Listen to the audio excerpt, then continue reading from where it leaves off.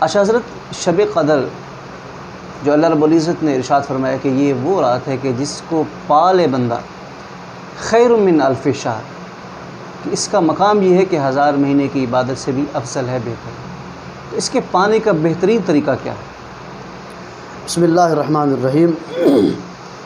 حضرت صاحب کے ایک حدیث کا مفہوم ہے کہ رسول اللہ صلی اللہ علیہ وسلم اپنے حجر مبارک سے باہر تشریف لائے جی، اور آپ نے پردہ مبارک ہٹا کے آج دیکھا تو کچھ آوازیں بلند ہو رہی تھی.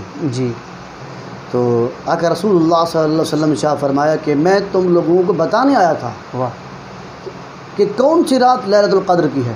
سبحان اللہ. کون سی رات لیلۃ القدر کی ہے میں تمہیں بتانے آیا تھا، لیکن ان دو بندوں کے جھگڑے کی وجہ سے اللہ تعالیٰ نے اس کو اٹھا لیا ہے. اللہ اللہ اللہ. تو لہٰذا اب لوگوں اس کو تلاش کرو، خود تلاش کرو. خود تلاش کرو. یعنی یہ اگر معاملہ نہ ہوتا تو حضور بتا دیتے. یہ بھی ایک حکمت ہے. جی، حکمت ہے. اب دیکھیے کہ اس کو حدیث کو اگر غور سے دیکھا جائے، غور کیا جائے، بڑا ایک اس کے نقطے کے اندر چلا جائے تو دیکھا جائے کہ رسول اللہ صلی اللہ علیہ وسلم کی ذات اقدس، جس کی ذات کے سامنے اللہ اور اس کے آقا علیہ السلام کے ساتھ درمیان کوئی پردہ نہیں ہے، کوئی حائل نہیں ہے، لیکن اللہ جل مجدہ نے آقا علیہ السلام کی موجودگی کے اندر ان دو بندوں کے اختلاف، پتہ نہیں کس بات کا اختلاف تھا، جی، ذاتی اختلاف تھا، علمی اختلاف تھا، کوئی بھی اختلاف تھا، جی، کوئی بھی تھا، اس اختلاف کی وجہ سے اب جو اختلاف کر رہے تھے، کوئی یہودی تھے نہیں، کوئی عیسائی تھے، کوئی غیر مسلم تھے، کوئی کافر مشرک تو نہیں تھے. ظاہر ہے آقا علیہ السلام تشریف لے کے آ رہے ہیں تو سامنے صحابہ کرام ہوں گے. جی بالکل. ہاں، وہ کوئی اختلاف تھا ان کا، جو بھی تھا واللہ عالم. تو ان کے اختلاف کی وجہ سے رسول اللہ صلی اللہ علیہ وسلم کے زمانے مبارک میں اللہ پاک نے اس جو ایک منتخب کرنا ایک بات کو، جی، ایک رات کا منتخب کر دینا، ایک رات کا منتخب کرنا، بتا دینا، مسئلے کو حل کر دینے کے بعد تھی اللہ تعالیٰ نے اس کو پردہ دے دیا. تو اب بات یہ ہے کہ موجودہ زمانے میں اس حدیث کے تحت میں عرض کر رہا ہوں، اس حدیث کے تحت میں عرض کر رہا ہوں، کسی کو اگر اختلاف ہو تو کر سکتا ہے، بے شک، ہر بندے کی اپنی ایک رائے ہو سکتی ہے. میری رائے یہ ہے کہ اس حدیث کے تحت میں کہتا ہوں کہ شاید الا ماشاء اللہ کسی کو یہ رات نصیب ہوتی ہے، چاہے وہ 21 کو جاگتا رہے، 25 کو جاگتا رہے، 27 کو جاگتا رہے، 29 کو جاگتا رہے، اس وقت تک اس کو اس کی برکتیں نہیں مل سکتی جب تک اس کا دل صاف نہیں ہوگا. بالکل بالکل صحیح فرمایا. کیونکہ آج موجودہ زمانے میں کیا ہے، بھائی بھائی کے ساتھ جھگڑا کر رہا ہے. بالکل. ہاں، شاگرد استاد سے جھگڑا کر رہا ہے، دلوں کے اندر جو کدورتے ہیں، میل کچیل ہے، اتنی آئی ہوئی ہے. اگر وہ میل کچیل بھی ہے، حسد بھی ہے، بغض بھی ہے، کینہ بھی ہے، وہ ساری رات تہجد پڑھتا رہے، دن میں روزہ رکھتا رہے، قرآن کی تلاوت کرتا رہے. جب حضور کے زمانے میں آقا علیہ السلام کی موجودگی کے اندر اللہ پاک نے اس کو پردہ دے دیا ہے، تو اب کون ہے بندہ جو کہے کہ میں نے وہ رات پا لی ہے. قرون قرنی جو حضور کا زمانہ ہے سب سے بہترین زمانہ ہے، اور یہ تو آلودہ ہے گناہوں سے ہمارا زمانہ. آج ہمارے پاکستان کے اندر دیکھ لو. اس کی حکمت یہ بھی ہو سکتی ہے، اور بلکہ ہے، کہ اگر حضور علیہ الصلوۃ والسلام ارشاد فرما دیتے کہ فلاں رات ہوتی، تو جس طرح آج ہمارے ہاں ایک رواج بھی ہے اور ہم گناہگاروں کی عادت بھی ہے کہ ہم طاق راتوں میں جاگتے ہیں. جس طرح 21 کی رات ہوگی حضرت، 23 کی رات ہوگی، 25 کی رات ہوگی، 27 کی رات ہوگی. اب تو وہ بھی نہیں جاگتے، بس ایک رات 27 کی ہے بس. مطلب ہے کہ لوگ بیٹھ کے تلاوت بھی کر لیتے ہیں، نوافل بھی پڑھ لیتے ہیں. اگر ایک رات منتخب ہو جاتی تو یہ بھی ہو سکتا تھا کہ لوگ شاید اعتکاف بھی نہ بیٹھتے یا پھر عبادت بھی نہ کرتے. اور دوسری آپ نے جو ایک خاص بات یہ ہے کہ جب تک دل صاف نہیں ہوگا لیلۃ القدر کی ہمیں وہ نصیب نہیں ہوگی. کہ آپ اپنے ایک بھائی سے بھی لڑ رہے ہیں، اپنے ہمسائے بھی سے لڑ رہے ہیں، اپنے رشتہ داروں سے بھی لڑ رہے ہیں. جب تک یہ قدورتیں دل میں رہیں گی تب تک آپ اللہ کی اس رات کو جو ہے نہیں پا سکتے. بہنوں کا حق کھایا ہوا لوگوں نے، بالکل ایسا، اور بہنوں کا حق کھایا ہوا ہے، بھائیوں کا حق کھایا ہوا ہے. اور جناب وہ جا رہے ہیں عمرے پر. پاکستان کے اندر دیکھ لو، دنیا کے اندر دیکھ لو، والدین کے ساتھ کوئی سیاسی جھگڑے کر رہے ہیں، جی، کوئی فرقہ وارات کے جھگڑے کر رہے ہیں، کوئی مذہبی جھگڑا کر رہا ہے. ہر بندے کے جھگڑے کے پیچھے ایک نہ ایک شیطانی کوئی نہ کوئی کھیل چھپا ہوا ہے. ہم اپنے اس پلیٹ فارم سے یہ بتانا چاہیں گے، اور حضرت کی توسط سے میں بتا رہا ہوں کہ ہمارا یہ پیغام ہے کہ ایک دوسرے کے ساتھ محبت کے ساتھ رہیں، اور جو تفرقہ بازی ہے خدا کے لیے اس کو ختم کریں. ہم امت واحدہ ہے، امت مسلمہ ہے، ہم حضور نبی اکرم صلی اللہ علیہ وسلم کی امت میں سے ہیں. فرقہ واریت کو ختم کیجئے، متحد ہو کے اللہ اور اس کے رسول کے جو دین ہے اس کو پھیلائیے، تاکہ پھر ہمیں ان راتوں کی جو فضیلت ہے وہ بھی حاصل ہو سکے. کسی مسلک کا نام مت لیں، ایک ہو کر حضور نبی اکرم صلی اللہ علیہ وسلم کی امت بن کے ایک دوسرے کے ساتھ محبتیں پھیلائیں، بے شک ایک دوسرے کے ساتھ الفت پھیلائیں، ایک دوسرے کے ساتھ کاروبار بھی کریں، ایک دوسرے کی خوشی غمی میں بھی شریک ہو جائیں، ایک دوسرے کے ساتھ بیٹھ کے کھانا بھی کھائیں۔ جب ہم متحد ہو جائیں گے تو ہم سب کے اوپر اللہ کی رحمت نازل ہوگی۔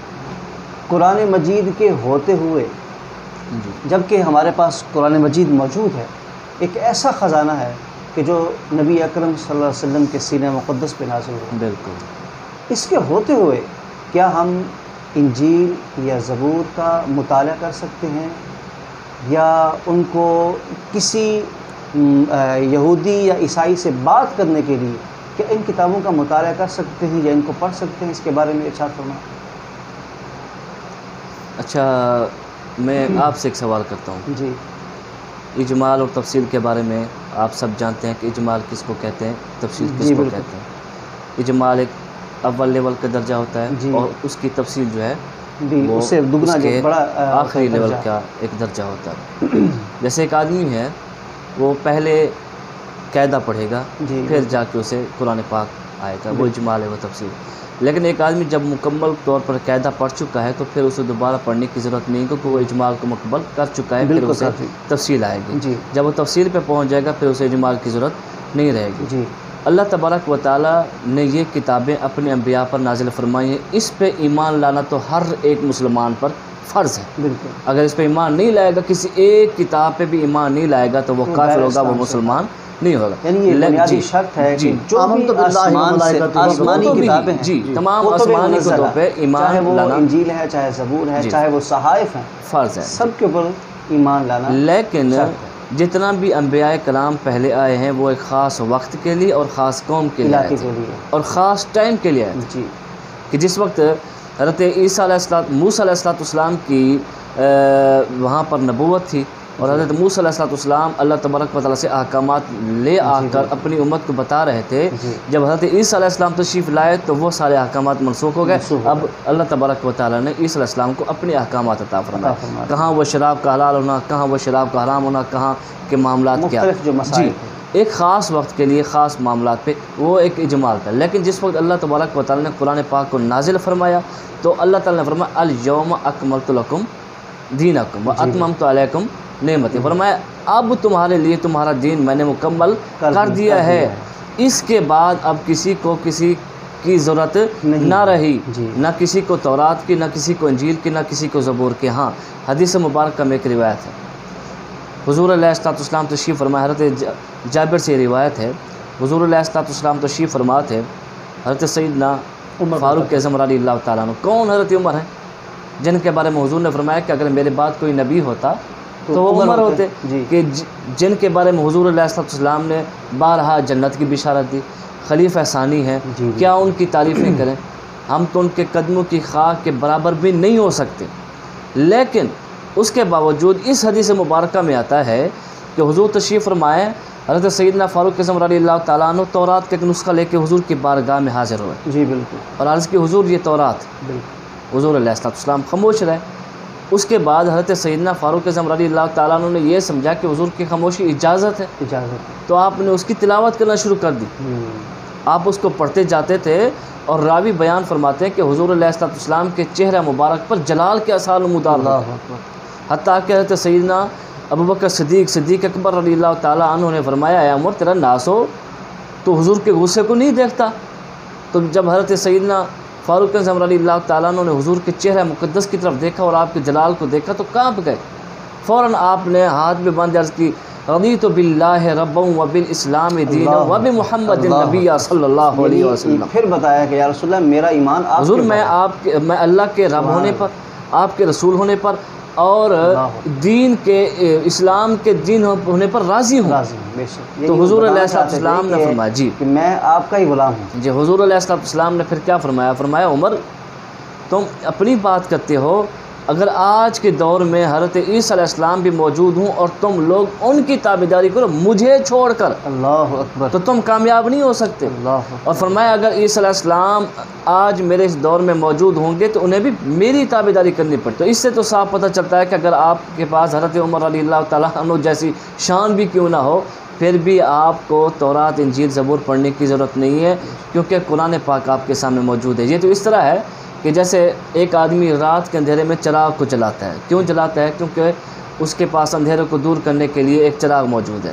لیکن جب دن ہو اور سورج نکل آئے تو کوئی اس کو دیکھے کہ وہ باہر گلیوں میں چراغ لے کے پھر رہا ہے تو لوگ اس کو کیا کہیں گے کہ یہ پاگل ہے۔ کیوں؟ اس لیے کہ جب سورج موجود ہے تو چراغ کی ضرورت نہ رہی۔ جی، تو بس یہی مثال ہے کہ قرآن جس وقت اللہ تبارک و تعالیٰ نے اپنے محبوب پہ نازل فرمایا تو یہ ایک مثل سورج کے تھا، تو جب سورج آ گیا تو اب ان کی ضرورت نہ رہی۔ تو اس سے یہ پتہ چلتا ہے کہ جب ہمارے پاس قرآن جیسا خزانہ موجود ہے تو پھر ہمیں کسی اور کتاب کی ضرورت نہ رہی۔ بہت عمدہ مثال حضرت نے بیان فرمائی ہے۔ ایک بات یہاں میں بھی ایڈ کرنا چاہوں گا کہ حضرت عمر فاروق رضی اللہ تعالیٰ عنہ حضرت موسیٰ علیہ السلام کے اوپر نازل شدہ کتاب جو آسمانی کتاب ہے، جو ہر مسلمان کے لیے لازم ہے کہ وہ کتب منزلہ پہ ایمان لائے، اس کو پڑھ رہے ہیں، اور نبی اکرم صلی اللہ علیہ وسلم نے اپنے غصے کا اظہار فرمایا۔ تو یہ میں پیغام اپنے مسلمانوں کو دینا چاہوں گا کہ جو کتاب موسیٰ علیہ السلام کے اوپر نازل ہوئی اس کو پڑھنے پر بھی حضور نے ناراضگی کا اظہار فرمایا ہے۔ تو آج ہمارا حال یہ ہے کہ ہمارے ہاتھوں میں ناول ہوتا ہے، میگزین ہوتا ہے، رسالے ہوتے ہیں، لوگوں کی تحریر کردہ کتابیں ہوتی ہیں، تو کیا حضور ناراض نہیں ہوتے ہوں گے؟ بالکل ناراض ہوتے ہوں گے۔ جب موسیٰ علیہ السلام کے اوپر نازل شدہ کتاب کو پڑھنے سے حضور ناراض ہوتے ہیں تو رسالے اور میگزین اور ناول تو کوئی حیثیت ہی نہیں رکھتے۔ اس لیے ہم مسلمانوں کو چاہیے، آپ نے عظمت قرآن کے اوپر دونوں علماء کی رائے جانی ہے، تو مقصد گفتگو یہ ہے کہ قرآن مجید کو اپنائیے، اس کی تلاوت کیجیے، ان کو اپنے گھروں کے راہ ہدایت تلاش کیجیے اور اس کو اپنے بکسوں کے اندر مت رکھیے۔ یہ قرآن مجید ہمارے لیے ہدایت بن کے آیا ہے۔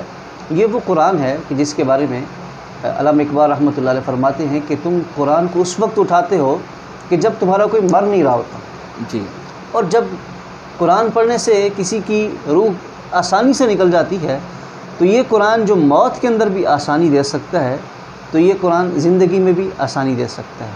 بہت شکریہ ناظرین، تب تک کے لیے ہمیں اجازت ہے۔ دعا ہے اللہ کریم ہم سب کو عمل کرنے کی توفیق عطا فرمائے، آمین۔